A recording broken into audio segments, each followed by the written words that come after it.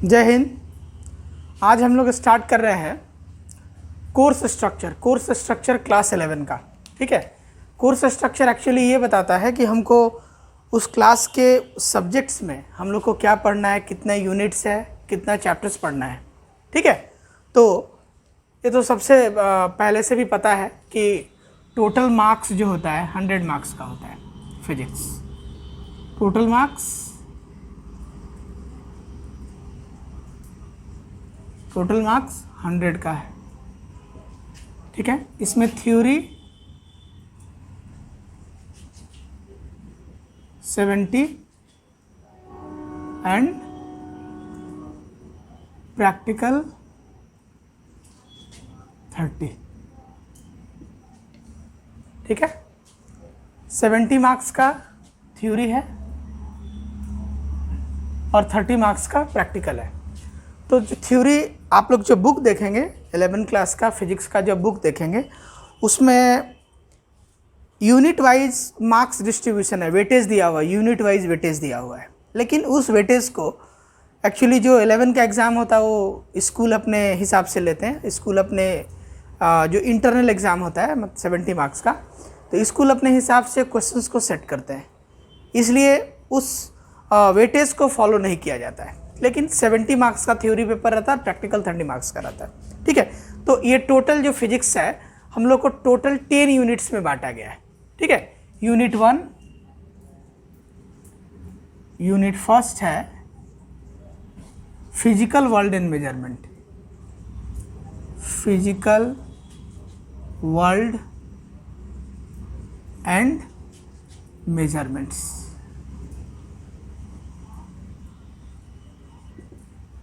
ठीक है, ये फिजिकल वर्ल्ड एंड मेजरमेंट जो है इसमें हम लोग को 2 चैप्टर्स पढ़ना है। Physical world and unit and measurement, इसमें 2 चैप्टर हम लोग को पढ़ना है। चैप्टर 1 चैप्टर 1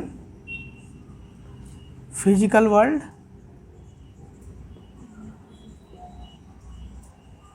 फिजिकल वर्ल्ड में हम लोग को ये देखना है कि कौन सा फिजिक्स के जो साइंटिस्ट थे उनका क्या कंट्रीब्यूशंस है फिजिक्स को डेवलप करने में। न्यूटन का क्या कंट्रीब्यूशंस है, हेनरी का क्या कंट्रीब्यूशन है, हाइजेनबर्ग का क्या कंट्रीब्यूशन है, नील्स बोर का क्या कंट्रीब्यूशंस है। ठीक है, रदरफोर्ड का क्या कंट्रीब्यूशन है, एल्बर्ट आइंस्टाइन का क्या कंट्रीब्यूशन है, ये हम लोग इसमें देखेंगे। और इसमें जो हम लोग अपने आप में जो साइंटिफिक टेम्परामेंट जो डेवलप करते हैं वो हम लोगों को इसमें देखना है। फिजिकल वर्ल्ड में मोस्टली थ्योरेटिकल पार्ट है, वो उसमें पढ़ना है हम लोग को। चैप्टर 2 जो है, चैप्टर 2 हम लोग को यूनिट एंड मेजरमेंट पढ़ना है। Units and measurements. ठीक है, यूनिट्स एंड मेजरमेंट में हम लोग को पढ़ना है एसआई यूनिट क्या होता है, सीजीएस यूनिट क्या होता है, एफपीएस क्या होता है, एमकेएस क्या होता है। ठीक है, एसआई यूनिट्स क्या होता है और किसी पर्टिकुलर फिजिकल क्वांटिटी को हम लोग मेज़र कैसे करते हैं, के मास है तो केजी में मेजर करते हैं, ये सारा चीज़ हम बताएंगे। और एक नया चीज़ इंट्रोड्यूस हो गया है, डायमेंशन। ठीक है, डायमेंशन जितना भी फिजिकल क्वांटिटी है उसका डायमेंशन क्या होगा, जिसको मेजर कर सकते हैं उसका डायमेंशन हम लोग को निकालना होता है। बहुत सारे फिजिकल क्वांटिटी होता है जो कि डायमेंशन लेस होता है। ठीक है, नेक्स्ट हम लोग को जो यूनिट 2 है, यूनिट 2 हम लोग को पढ़ना है काइनेमेटिक्स।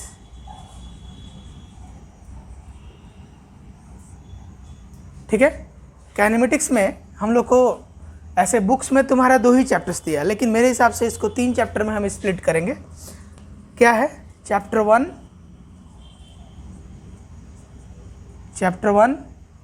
Vector analysis.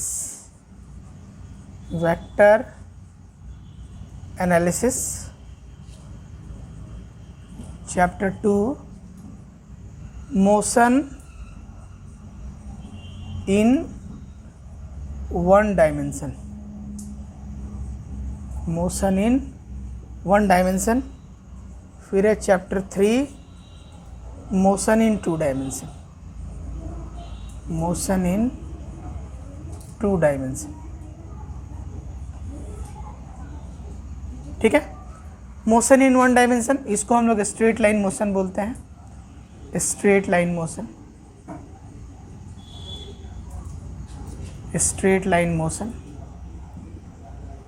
और इसको बोलते हैं motion in a plane, motion in a plane, motion in a plane, जिसकी प्रोजेक्टाइल मतलब बॉडी जब एक्स एक्सिस और वाई एक्सिस, एक्स एक्सिस में भी मूव करेगा, वाई एक्सिस में भी मूव करेगा, तो मोशन इन ए प्लेन या मोशन इन 2D बोलते हैं। स्ट्रेट लाइन जब बॉडी, जैसे रोड में बस जा रहा है, ट्रक जा रहा है, मोटरसाइकिल जा रहा है, साइकिल जा रहा है, उसका मोशन को हम लोग स्ट्रेट लाइन मोशन बोलते हैं। ठीक है, नेक्स्ट है that is unit 3, unit 3, unit 3 laws of motion, laws of motion. ठीक है, लॉज ऑफ मोशन में इसको भी हम तीन चैप्टर्स में हम इसको डिवाइड करेंगे। Chapter 1 Newton's laws of motion, Newton's laws of motion. Physics का जो मेन पोर्शन है यहीं से हम लोग का शुरू होगा। ठीक है, न्यूटन्स लॉज ऑफ मोशन में first law of motion, second law of motion, third law of motion, impulse momentum theorem. ठीक है, फिर पुली का कुछ प्रॉब्लम, कॉन्स्ट्रेंट मोशन उसको बोलते हैं, दैट मोशन इज कॉल्ड, जब किसी वो पुली से कनेक्ट होता है, मासलेस स्ट्रिंग होता है, तो उसको हम लोग कॉन्स्ट्रेंट मोशन बोलते हैं। ठीक है, फिर law of conservation of linear momentum, ठीक है, impulse momentum theorem, satellite launching, okay, rocket propulsion, ये सब हम लोग न्यूटन्स लॉज ऑफ मोशन में पढ़ेंगे। ठीक है, चैप्टर 2 को, न्यूटन्स लॉज ऑफ मोशन का जो चैप्टर 2 है, इसको हम बोलते हैं सर्कुलर मोशन, सर्कुलर मोशन। जैसा कि नाम से हम लोग को पता चल रहा है सर्कुलर, जब कोई बॉडी सर्कल में घूमता है, जैसे मान लो हम लोग जो डेथ ऑफ वेल जो होता है, मौत का कुआं, उसमें जो हम लोग देखते हैं मोटरसाइकिल या कार साइमल्टेनियसली दोनों मूव करता है, इलेक्ट्रॉन ऑर्बिट में न्यूक्लियस के अराउंड में जब मूव करता है, उसको हम लोग सर्कुलर मोशन बोलते हैं। ठीक है, और motion of planet around the sun, motion of earth around the sun, ये सारे, motion of fan, these all are the circular motions. And the chapter 3 friction। ठीक है, तो न्यूटन्स लॉज ऑफ मोशन में भी हम लोग इसको 3 सेगमेंट्स में हम बांट लिए हैं, laws of motion, circular motion and friction. ठीक है, और जो फर्स्ट चैप्टर से रिलेटेड यूनिट एंड मेजरमेंट का जो चैप्टर है, उसका पहले से मेरा वीडियो डाला हुआ है, लेकिन उसका एक सिस्टमेटिक वीडियो हम बना करके डाल देंगे। क्योंकि 11 का हम लोग आज शुरू कर रहे हैं, तो 11 का कोर्स स्ट्रक्चर समझना बहुत ही इंपॉर्टेंट होता है, क्योंकि मैक्सिमम स्टूडेंट को पता नहीं होता है कि यूनिट कितना है, टोटल नंबर ऑफ़ यूनिट्स कितना है, टोटल नंबर ऑफ़ चैप्टर्स कितना है। जो 9 में आप लोग जो चैप्टर्स किए हैं, ठीक है, उसी का 10, उसी का 11 में हम लोग एप्लीकेशन करते हैं, लेकिन थोड़ा सा वहाँ मैथमेटिकल एप्लीकेशन ज़्यादा बढ़ जाता है, मैथमेटिक्स को ज़्यादा यूज़ करना है, कंसेप्ट को ज़्यादा यूज़ करना है, थ्योरी कम से कम हम लोग को यूज़ करना है। समझ में आ गया?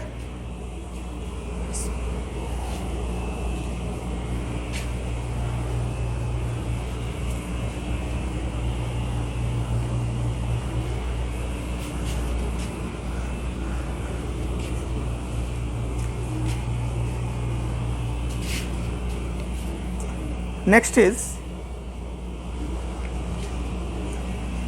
Unit 4,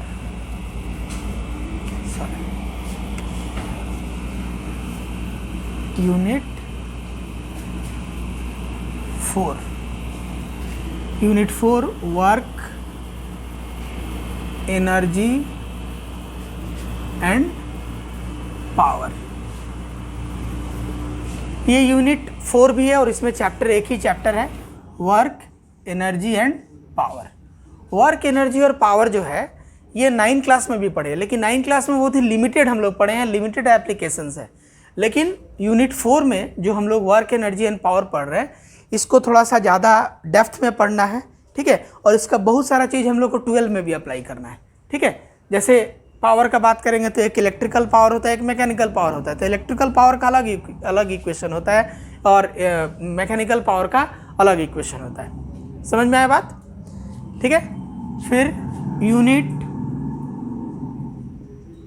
5, system of particles and rigid body. System of particles and rigid body, ठीक है। इसमें हम लोग जो फॉर्मूला W=Fs पढ़ते थे इसके लिए, अब हम लोग क्या करेंगे, इसको थोड़ा सा ट्रिगो यूज़ कर लेंगे। W=F.S और इसी को हम लोग लिखते हैं W=Fs cos थीटा के फॉर्म में इसको हम लोग लिखते हैं, ठीक है। यूनिट 5 में system of particles and rigid body हम लोग को पढ़ना है। System of particles that is, इसको हम लोग एक चैप्टर का नाम हम लोग दे देते हैं रोटेशनल मोशन। रोटेशनल मोशन और इसी को हम लोग बोलते हैं रोटेशनल मैकेनिक्स। रोटेशनल मैकेनिक्स, ठीक है। जैसे हम लोग मोशन इन स्ट्रेट लाइन में, मोशन इन स्ट्रेट लाइन मतलब जो यूनिट 2 हम लोग पढ़ रहे थे काइनेमेटिक्स, उसमें ये सब इक्वेशन हम लोग को आया होगा। V=U + AT, S=UT + ½ AT², ठीक है। फिर V² = U² + 2S, ये सारा इक्वेशंस हम लोग को V=U + AT, S=UT + ½ AT², ये जो तीनों इक्वेशंस है। और फिर एक नया इक्वेशन आ जाएगा SNF = U + A/2 × 2n-1, ठीक है। तो इसको ये हम लोग पढ़े थे कहाँ पर, स्ट्रेट लाइन मोशन में पढ़े थे। और 9 क्लास में भी हम लोग इसको यूज़ किए हैं, ये तीनों इक्वेशन को ग्राफिकल मेथड से सॉल्व किए हैं। 11 क्लास में भी इसको सॉल्व करना है मोशन इन स्ट्रेट लाइन में, ग्राफिकल मेथड भी करना है और कैलकुलस मेथड भी करना है। एक नया चीज़ इंट्रोड्यूस हो गया है क्लासिकल, दैट इज़ जो कि हम लोग बोलते हैं कैलकुलस मेथड या मैथमेटिकल मेथड। अब इसी इक्वेशन को यदि हम रोटेशनल में लिखना चाहते हैं तो इस इक्वेशन को जब हम रोटेशनल में लिखेंगे तो V जो है वो क्या हो जाएगा, ω = ω0 + α_t। फिर θ = ω0 × t + ½ α_t²। फिर ω² = ω0² + 2α⁻θ। ये सारा चीज़ हम लोग को रोटेशनल मोशन में पढ़ना है। Law of conservation of angular momentum पढ़ना है। मतलब जहाँ पर हम लोग स्ट्रेट लाइन मोशन में बात कर रहे थे वेलोसिटी, तो यहाँ पर बात करेंगे एंगुलर वेलोसिटी। एक्सेलरेशन तो एंगुलर एक्सेलरेशन, फोर्स तो बोलेंगे टॉर्क, मोमेंटम तो लीनियर मोमेंटम, ठीक है। रोटेशनल काइनेटिक एनर्जी तो काइनेटिक एनर्जी। ये सारा चीज़ को हम लोग इसमें system of particles and rigid body भी बोलते हैं, इस यूनिट का नाम है। और इसको हम एक नया नाम दे देते हैं रोटेशनल मोशन या रोटेशनल मैकेनिक्स, ये चैप्टर का नाम है। समझ में आया। फिर है यूनिट 6। यूनिट 6 भी आप लोग पढ़े हुए हैं, ग्रेविटेशन। बहुत ही इंटरेस्टिंग चैप्टर है, ठीक है। यहाँ भी आप देख रहे हैं ग्रेविटॉन, एक वर्ड है ग्रेविटॉन। ग्रेविटेशन एक्चुअली क्या है, that is a force between two body. Force between two body, कोई भी बॉडी को जब हम ऊपर फेंकते हैं तो it will falls on the surface of earth in the favour of gravity. तो इसके बारे में सबसे पहले हम लोग जानते हैं, न्यूटन ने बताया था कि ग्रेविटेशन क्या होता है। तो ग्रेविटॉन जो वर्ड है ग्रीक वर्ड है जिसका मतलब होता है मास, मतलब दो बॉडी के बीच लगने वाला जो फोर्स है उसको ग्रेविटेशनल फोर्स बोलते हैं, ठीक है। ग्रेविटेशन, इसमें बस एक ही चैप्टर से ग्रेविटेशन, जो कि उसमें हम लोग क्या पढ़ेंगे, Kepler's law of planetary motion, Newton's law of gravitation, जिसको यूनिवर्सल ऑफ ग्रेविटेशन भी हम लोग बोलते हैं, ठीक है। और इसके बारे में हम लोग पढ़ेंगे एस्केप वेलोसिटी क्या होता है, ऑर्बिटल वेलोसिटी क्या होता है, ग्रेविटेशनल पोटेंशियल एनर्जी क्या होता है, ग्रेविटेशनल पोटेंशियल क्या होता है, ग्रेविटेशनल फील्ड क्या होता है, ग्रेविटेशनल फील्ड का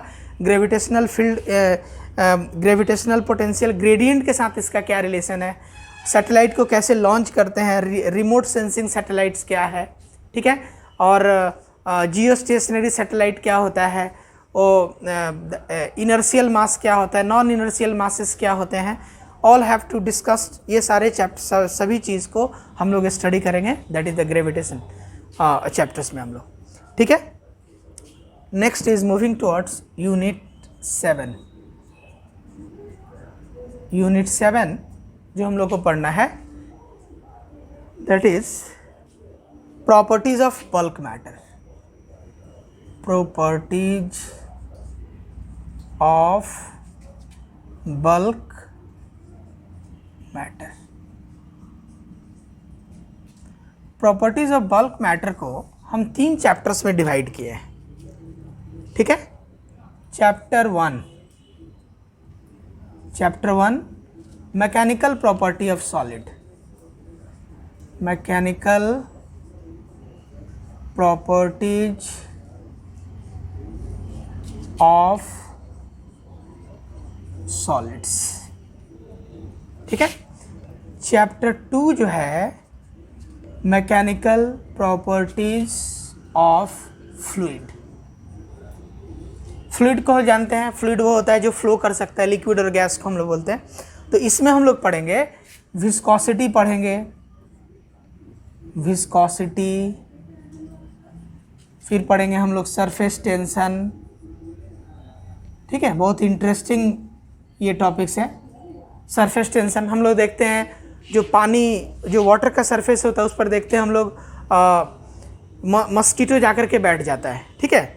तो मस्कीटो जाके बैठ जाता है तो उसके ऊपर क्या होता है, एक सरफेस का टेंशन होता है जिसको बोयंसी प्रोवाइड करता है। वो सारा चीज़ हम लोग पढ़ेंगे। कोहेसिव फोर्स क्या होता है, एडहेसिव फोर्स क्या होता है, ठीक है। लिक्विड ड्रॉप में जो प्रेशर होता है inside, that is excess pressure, liquid drop में कितना होता है, एयर बबल में कितना होता है, ब्लड प्रेशर क्या होता है, कैपिलरिटीज़ क्या होते हैं, ये फोटोसिंथेसिस के टाइम में जब वाटर जब प्लांट अपने कंडक्टिव टिश्यू से, जाइलम और फ्लोएम से प्लांट को जब लिक्विड को और मिनरल को, वाटर को जब लिफ्ट करता है तो इससे फोटोसिंथेसिस होता है, वो कैसे जाता है, वो सारा चीज़ हम लोग पढ़ेंगे, ठीक है।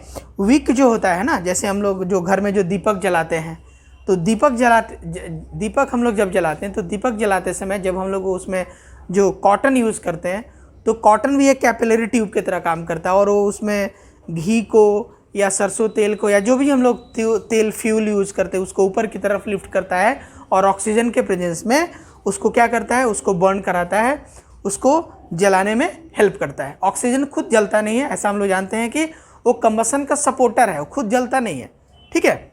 इसमें हम लोग वो चीज़ पढ़ेंगे, mechanical property of solid. Solid में Young modulus, bulk modulus, rigidity modulus, shear modulus, elasticity क्या होता है, प्लास्टिसिटी क्या होता है, मैलिएबिलिटी क्या होता है, ब्रिटिलिटी क्या होता है, डक्टिलिटी क्या होता है, इलास्टिक पोटेंशियल एनर्जी क्या होता है, इलास्टिक पोटेंशियल एनर्जी डेंसिटी क्या होता है, ऑल दैट इज, उस सभी चीज़ को हम लोग पढ़ेंगे मैकेनिकल प्रॉपर्टी ऑफ सॉलिड में, ठीक है। और इसका जो चैप्टर 3 है, चैप्टर 3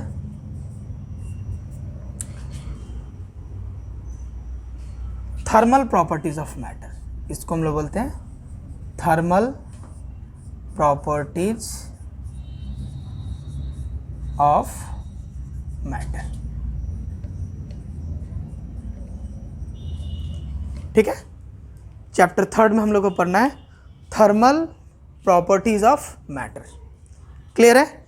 ये जो सारा चीज़ बता रहे हैं ये सारे बोर्ड्स के लिए, सीबीएसई बोर्ड हो, जैक बोर्ड हो, झारखंड बोर्ड हो, बिहार बोर्ड हो, इंडिया में जितने भी बोर्ड्स हैं वो सभी के यूनिफॉर्म सिलेबस है, ठीक है। कोई चीज़ हटा नहीं है, ठीक है। अभी तक हम लोग को पूरे पढ़ना है, ठीक है। डिलीट करके नहीं पढ़ना है कि ये चीज़ चैप्टर हमारा डिलीट हो गया है तो हमको नहीं पढ़ना है, क्योंकि हम लोग को आगे भी तो पढ़ाई करना है, तो ये सब चीज़ ज़रूरत पड़ेगा। तो उस समय तो नहीं देखेगा कि ये कोविड बैच है तो उसमें ये नहीं पढ़ा है तो इससे ये क्वेश्चन नहीं पूछेंगे, इसलिए we have to focus on each and every topics, किसी को छोड़ना नहीं है। थर्मल प्रॉपर्टी ऑफ मैटर के बारे में हम आगे बता रहे हैं, इसको रब करके, ठीक है।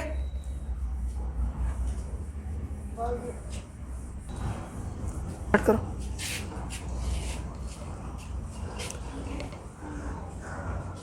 ठीक है। तो यूनिट 7 में हम लोग क्या पढ़े, प्रॉपर्टीज ऑफ बल्क मैटर पढ़े, प्रॉपर्टीज ऑफ बल्क मैटर। तो हम लोग chapter properties of bulk matter में चैप्टर 1 क्या था, mechanical property of solid. Chapter 2 क्या था, mechanical property of fluids. Fluids किसको बोलते हैं, जो फ्लो कर सकता है, जो फ्लो, तो फ्लो कौन करता है, लिक्विड फ्लो करता है और गैस फ्लो करता है। समझ में आ रहा बात। फिर हम लोग बात किए thermal property of matter. Thermal, thermal का मतलब हम लोग जानते हैं, थर्मल मीन्स हीट, ठीक है। तो इसमें हम लोग पढ़ेंगे थर्मोमेट्री के बारे में पढ़ेंगे। क्या पढ़ेंगे, थर्मोमेट्री, थर्मोमेट्री। फिर हम लोग क्या पढ़ेंगे, कैलोरीमेट्री। थर्मोमेट्री क्या होता है, it is the branch of physics which deals with measurement of temperature. It is the branch of physics which deals with measurement of heat. Calorie मतलब हीट, थर्मल को हम लोग ऑल्टरनेटली यूज करते हैं, ठीक है। और एक चीज इसमें और हम लोग पढ़ेंगे, that is heat transfer, heat transfer, ठीक है। जैसा कि हम लोग देख रहे हैं metry, thermo, thermo that is temperature, दो वर्ड का कॉम्बिनेशन है, thermo plus metry that is temperature, ठीक है। और मेट्री का मतलब क्या होता है, measurement. Heat transfer, heat transfer में हम लोग क्या पढ़ेंगे, कंडक्शन, कंडक्शन, कन्वेक्शन, रेडिएशन, ठीक है। कंडक्शन सॉलिड में है, सॉलिड के लिए है, ये लिक्विड और गैस के लिए है। No medium, no medium is required for the process of radiations. ये तो हो गया थर्मल प्रॉपर्टीज की बात, ठीक है। फिर हम लोग बात कर रहे हैं, that is chapter unit number 8, unit number 8, thermodynamics.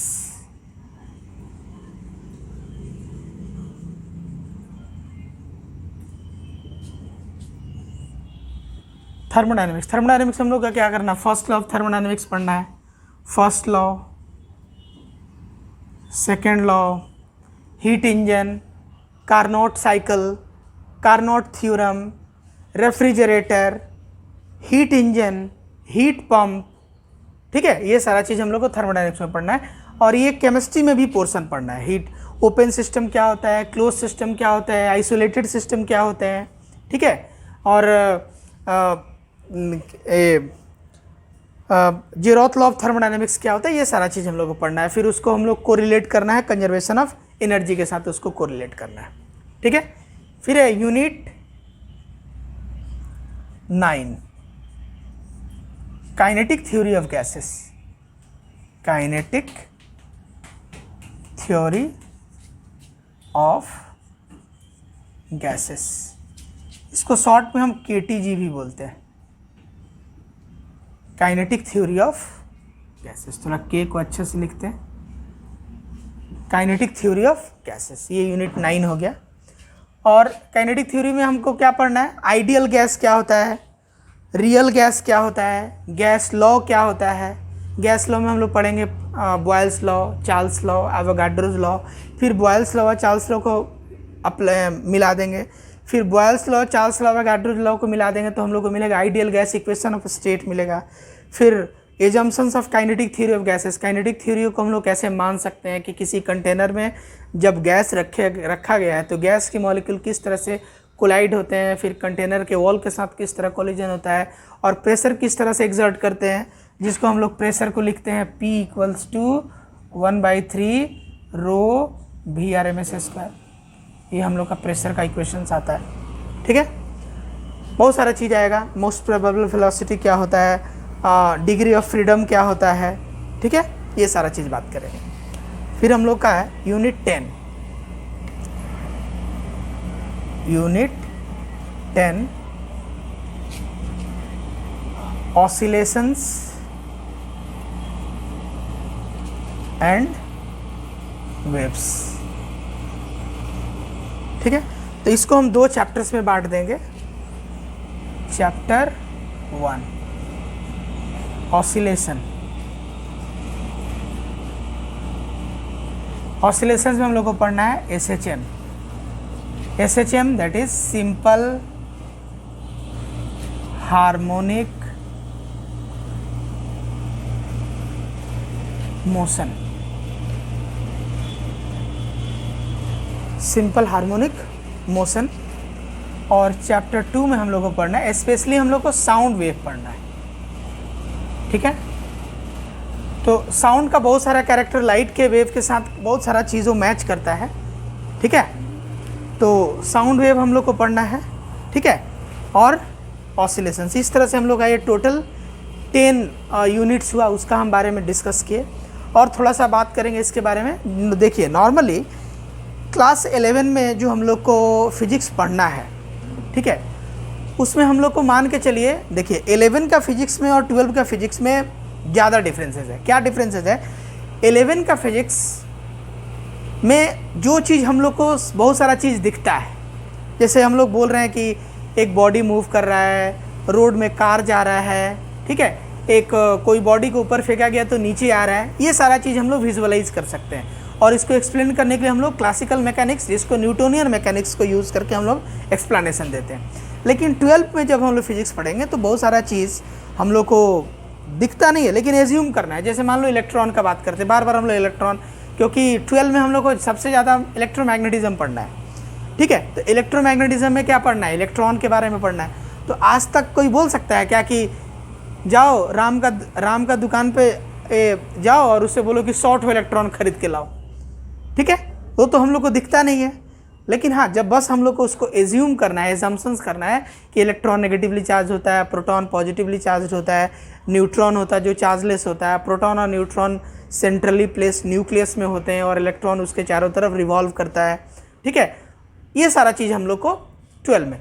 तो एक चीज़ हम लोग यहाँ पर एक बहुत ही इंपॉर्टेंट चीज़ हम बता देते हैं कि 11 क्लास में जो एट ए ग्लांस जिसको हम लोग बोलते हैं, मतलब एक नज़र में यदि हम बता दें तो हम लोग को 3 टॉपिक्स मुख्य रूप से, ये जितना भी हम लोग यूनिट 10 तक 1 2 3 4 5 6 7 8 9 10 हम लोग जितना भी यूनिट्स की बात कर रहे हैं, इसमें total topics at a glance, topics at a glance, ठीक है। क्या है? पहला हम लोग को जनरल फिजिक्स पढ़ना है, जनरल फिजिक्स। देखा जाए तो 70 में सबसे ज़्यादा इसी का वेटेज है, 50 जनरल फिजिक्स। फिर सेकेंड वेटेज जो सेकेंड है, इसको हम लोग बोलते हैं heat and thermodynamics, heat and thermodynamics.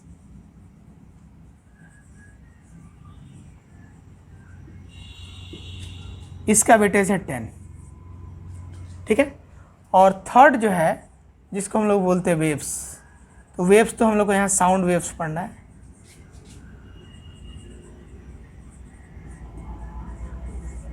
ठीक है। तो टोटल हम लोग को कितना हो गया? 70 हो गया ये थ्योरी।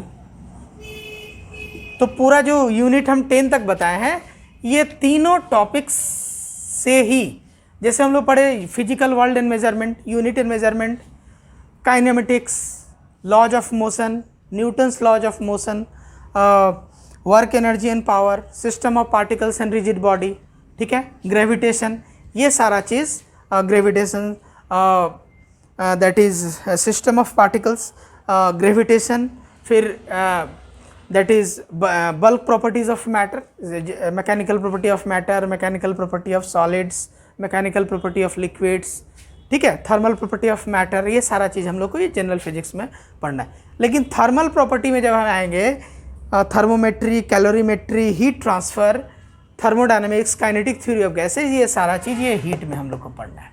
और वेव्स में साउंड वेव्स, ऑसिलेशंस, वो सारा चीज़ हम लोग इसमें पढ़ना है। तो ये 11 में हम लोग, यदि कोई पूछता है कि कितना टॉपिक्स, हम लोग बोलेंगे 3 टॉपिक्स। 12 में 5 टॉपिक्स पढ़ना है, electrostatics, current electricity, magnetism, light, modern physics. समझ में आया? 12 में क्या क्या पढ़ना था? पढ़ना है हम लोग को इलेक्ट्रोस्टैटिक्स, करंट इलेक्ट्रिसिटी, मैग्नेटिज्म, ये 3 जो हो गया वो एक बुक्स में रहेगा। और जो सेकंड बुक हम लोग जब लेंगे तो उसमें ऑप्टिक्स पढ़ना है, मतलब लाइट पढ़ना है, reflection, ray optics, wave optics और मॉडर्न फिजिक्स पढ़ना है। तो 5 टॉपिक्स पढ़ना है। तो 11 का फिजिक्स के कंपेयर में 12 का फिजिक्स थोड़ा वास्ट है, लेकिन इंटरेस्टिंग है। 11 का भी इंटरेस्टिंग है, ठीक है, वो तुमको कोशिश करना है, ठीक है। आज का क्लास बस यहीं रहने देते हैं। नेक्स्ट जो हम फिजिकल वर्ल्ड एंड मेजरमेंट से हम यूनिट 1 से हम अपना मॉड्यूल स्टार्ट करेंगे। ठीक है, यूनिट 1 से जो मॉड्यूल स्टार्ट करेंगे तो फिजिकल वर्ल्ड वो एक दिन का ही क्लासेस है। कुछ साइंटिस्ट के बारे में बताएंगे, उनका इन्वेंशन क्या है, फिजिक्स में कंट्रीब्यूशंस क्या है, उसके बारे में बात करेंगे। फिर यूनिट एंड मेजरमेंट का डायमेंशन का कुछ टॉपिक्स हमारा यूट्यूब में मिल जाएगा। ठीक है, और सिस्टमेटिक टॉपिक्स हम फिर नेक्स्ट जब वीडियो हमारा आएगा उस तरह से बात करेंगे। ठीक है, हमारा जो भी टॉपिक्स है, हमारा चैनल को आप लोग लाइक कीजिए, सब्सक्राइब कीजिए। ठीक है, जिससे हम लोगों का मनोबल बढ़ता है कि हम लोग और अच्छे से आप लोगों के पास ये कंटेंट पहुंचाएं। ठीक है, क्योंकि कोरोना का टाइम है, पेंडेमिक है, तो हम लोग को घर से ही कोशिश करना है और हमको ये कोशिश करना है कि अच्छे से अच्छा कंटेंट्स आपको दें। तो जितने भी लोग 200 प्लस हमारा सब्सक्रिप्शंस है लोग यदि किए हैं तो उन सभी को धन्यवाद। Thank you. Stay home, stay safe.